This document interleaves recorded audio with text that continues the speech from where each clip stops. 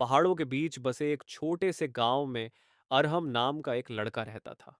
हर रात वह आसमान की ओर देखता और सोचता, क्या मेरे लिए भी कोई बड़ा मकसद लिखा है। अरहम के दिल में हमेशा एक सपना था, दूर शहर जाकर गहने बनाने की कला सीखना। लेकिन गरीबी, लोगों की बातें और घर की परेशानियां उसे बार बार रोक देती थीं।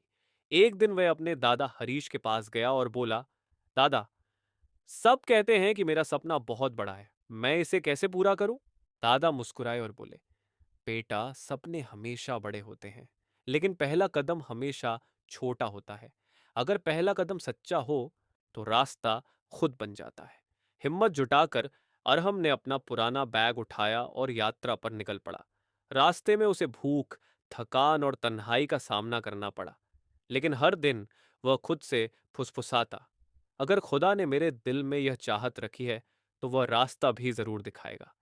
आखिरकार वह शहर पहुंच गया। उसने दिन भर सीख कर और रात भर अभ्यास करके कड़ी मेहनत की। लोग अक्सर सोचते कि वह इतनी लगन से क्यों काम करता है। साल बीत गए। वही अरहम पूरे शहर का सबसे कुशल जौहरी बन गया। हर कोई उसके हाथों से बने गहने चाहता था। एक दिन एक छोटा लड़का उससे बोला, अरहम भैया, आपने इतनी सफलता कैसे पाई?